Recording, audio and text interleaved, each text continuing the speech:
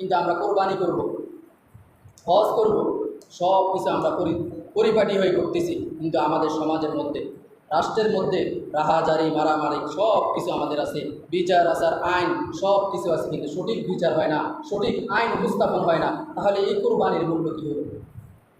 আব্দুল্লাহ ইবনে মুবারক অত্যন্ত বড় একজন আল্লাহর ওলি ছিলেন। সাধারণ মানুষ থেকে ওই দেশে আল্লাহর ওলি হয়ে গেছেন, একজন বিশারদ হয়ে গেছেন। আমরা তো মনে করি যে বর্তমান সময় শুধু মাদ্রাসা এবং মসজিদ মাদ্রাসা ইমামতি করলে, মসজিদ মাদ্রাসা পড়ালেখা করলে সে হুজুর হবে, আলেম হবে। বাংলা শিক্ষিত থেকে বিভিন্ন জায়গা থেকে সে যদি কোরআন হাদিস পড়ে সে যদি মানুষকে প্রচার করে, রাসূল সাল্লাল্লাহু আলাইহি ওয়াসাল্লামের হাদিস বাল্লিগ ওয়ান্নি ওয়ালা ওয়াইয়া সে মানুষের মাঝে প্রচার করতেছে, সেও আলেম হতে পারে, কোনো সমস্যা নেই। সে বাংলা শিক্ষিত, সমস্যা কি? সে আরবি করছে, সে আরবি প্রথমে করতে পারে না, বড় আস্তে আস্তে শিখতে শিখতে অনেক কিছু জানছে, সেও আলেম। সে ডাক্তার ইঞ্জিনিয়ার, সে ডাক্তার ইঞ্জিনিয়ার হয়ে সে সঠিকভাবে শিক্ষা অর্জন করেছে, মানুষকে সুশিক্ষা দিতেছে, সুচিকিৎসা দিতেছে, সেও আলেম। আমরা তো আলেম মনে করি শুধু পাঞ্জাবি একটু মাদত দিই, মিম্বারে দাঁড়ায় ওয়াজ নসিহত করে সবাইকে দাওয়াত দিই, নামাজ পড়ে, এটা না। সে শিখতে শিখতে জানতো। আব্দুল্লাহ ইবনে মুবারক অত্যন্ত বড় আলেম ছিলেন, তার মা তার চেয়েও বেশি আলেম ছিলেন, আলেমা ছিলেন।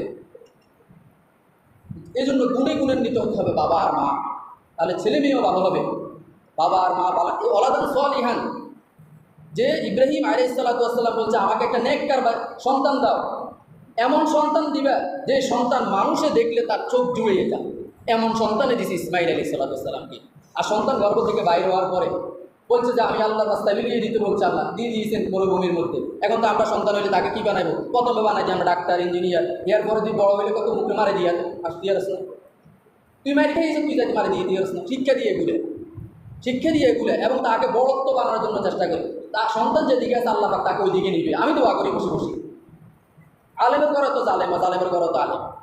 এটা হচ্ছে মা বাবার করতে হবে। এখন তো আমরা আগে আশা করি বসি, তার পরে তো নিরাশ হয়ে যায়।